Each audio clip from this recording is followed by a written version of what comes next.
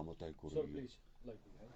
अच्छा, one point जो है, मैंने आज की जो प्रेस कॉन्फ्रेंस है, जो आप साथियों को बुलाया है, इसमें खास करके मैं बताना चाहता हूं कि इस बार जो पार्लियामेंट के अंदर जो बजट पास हुआ था, that was 1.42 lakh crore of rupees जो सैंक्शन किया गया।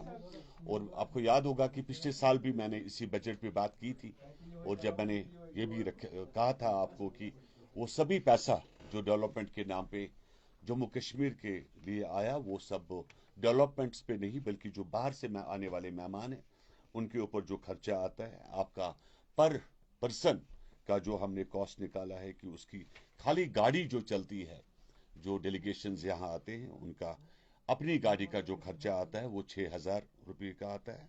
उसका जो एस्कॉर्ट साथ में चलता है वो 12,000 रुपये उसका एस्कॉर्ट पे खर्चा आता है। उसकी जो रूम रेंट है, hotels accommodation, that is 45,000 rupees per person. जो है वो जो खर्चा आता है दैट इज 63,000 रुपीज। और आपको मैं बता दूं, ये डेलीगेशन जो है 150 लोगों की एवरीडे जो विजिट है जम्मू कश्मीर के नाम पे, और जिसका जो टोटल पर डे का जो खर्चा है that is 94,50,000 rupees per day. 94,50,000 rupees per day. और उसके बगैर आपके 150 आदमियों की डेलीगेशन के साथ 1,800 सिक्योरिटी पर्सन हमारे जो है बिजी हो जाते हैं।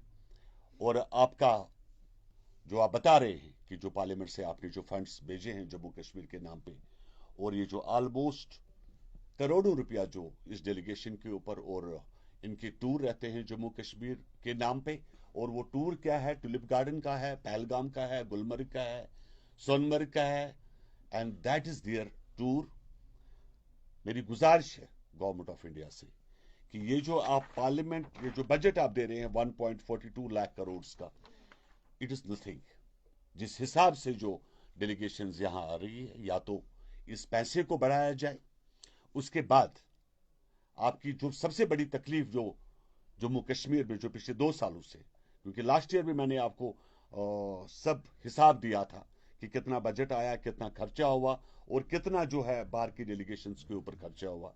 और इस बार भी मैं आपके सामने रख रहा हूं कि आपका जो लोकल यहाँ के जो पॉलिटिकल लीडर्स है या जो भी लोग हैं, आप उनको सिक्योरिटी नहीं देते हैं। आपने खाली भारतीय जनता पार्टी को यहाँ पर सिक्योरिटी रखी है।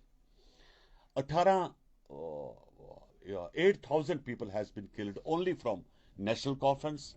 इसी तरीके से कांग्रेस के, इसी तरीके से पीडीपी के, इसी तरीके से हमारे लोग मारे गए।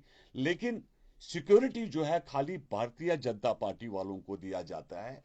क्या बीजेपी वाले जो है वो लोग देश के लोग हैं? और जो बाकी पॉलिटिकल पार्टीज है वो कौन है? तेरा टॉमी टॉमी तो मेरा टॉमी, मेरा कुत्ता टॉमी, कुत्ता कुत्ता।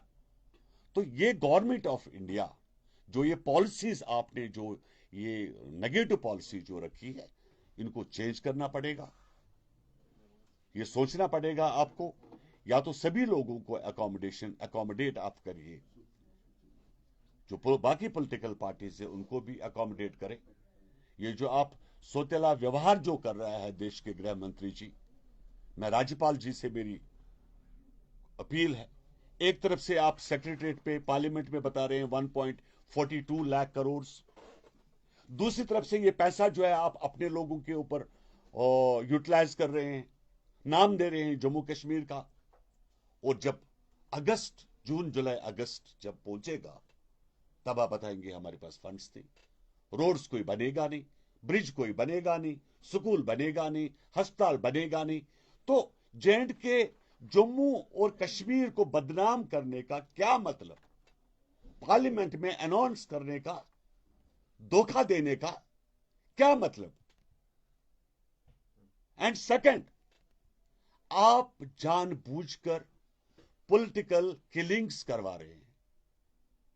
सॉफ्ट टारगेट किलिंग हो रही है जम्मू कश्मीर के अंदर। It's all because of the wrong policies of the central administration and honourable governor. आपने सभी सिक्योरिटी बाहर से आने वाले मेहमानों को लगा दी है। तो यहां के जो लोग हैं, जो लाखों लोग देश के जो मानने वाले, देश का झंडा उठाने वाले जो लाखों लोग आज तक मारे गए, वो लोग कौन थे फिर? मतलब वो क्या इंसान नहीं थे? या वो मर गए तो मर गए? गवर्नर साहब, ये पॉलिसी आपकी गलत है, गलत है और गलत है। आपने 3 इंपॉर्टेंट पॉइंट्स उठाए। क्या इतनी बड़ी रकम इस पर्टिकुलर पर्पस के लिए वागुजार करना आपको कहाँ तक लगता है कि ये नाइंसाफी है?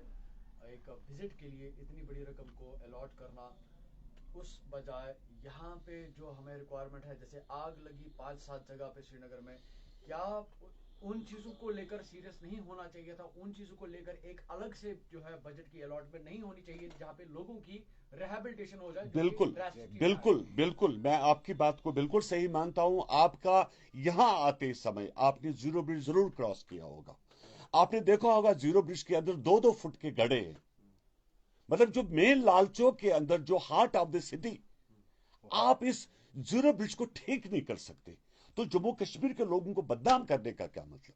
1.42 लाख करोड़ रुपए दिखाने का क्या मतलब? It's a drama. ये डिफेम है, जम्मू कश्मीर के लोगों को डिफेम करने किया जा रहा है, और इससे ज्यादा कुछ भी नहीं है। दूसरी बड़ी बात जो आपने कही, that is about the accommodation of the political people. If we are talking about Bhajpa, तो उन्होंने भी एक बार प्रोटेस्ट किया प्रेस कॉलोनी में कि that they have been taken out from the government. नहीं, दैट इज द ड्रामा। देखिए, मैं आपको बता दूं, आप जानते होंगे कि पंचायत में, मैं क्लियर करूं आप लोगों के सामने, पंचायत में लोगों ने पिछली दफा पार्टिसिपेट नहीं किया और उसका इलेक्शंस नहीं हुआ। ये लोगों ने फॉर्म भरे, जीत कर आ गए, वोट नहीं पड़े। लेकिन जिस जगह पे वोट पड़े, उन लोगों ने अकोमोडेशन नहीं मांगी।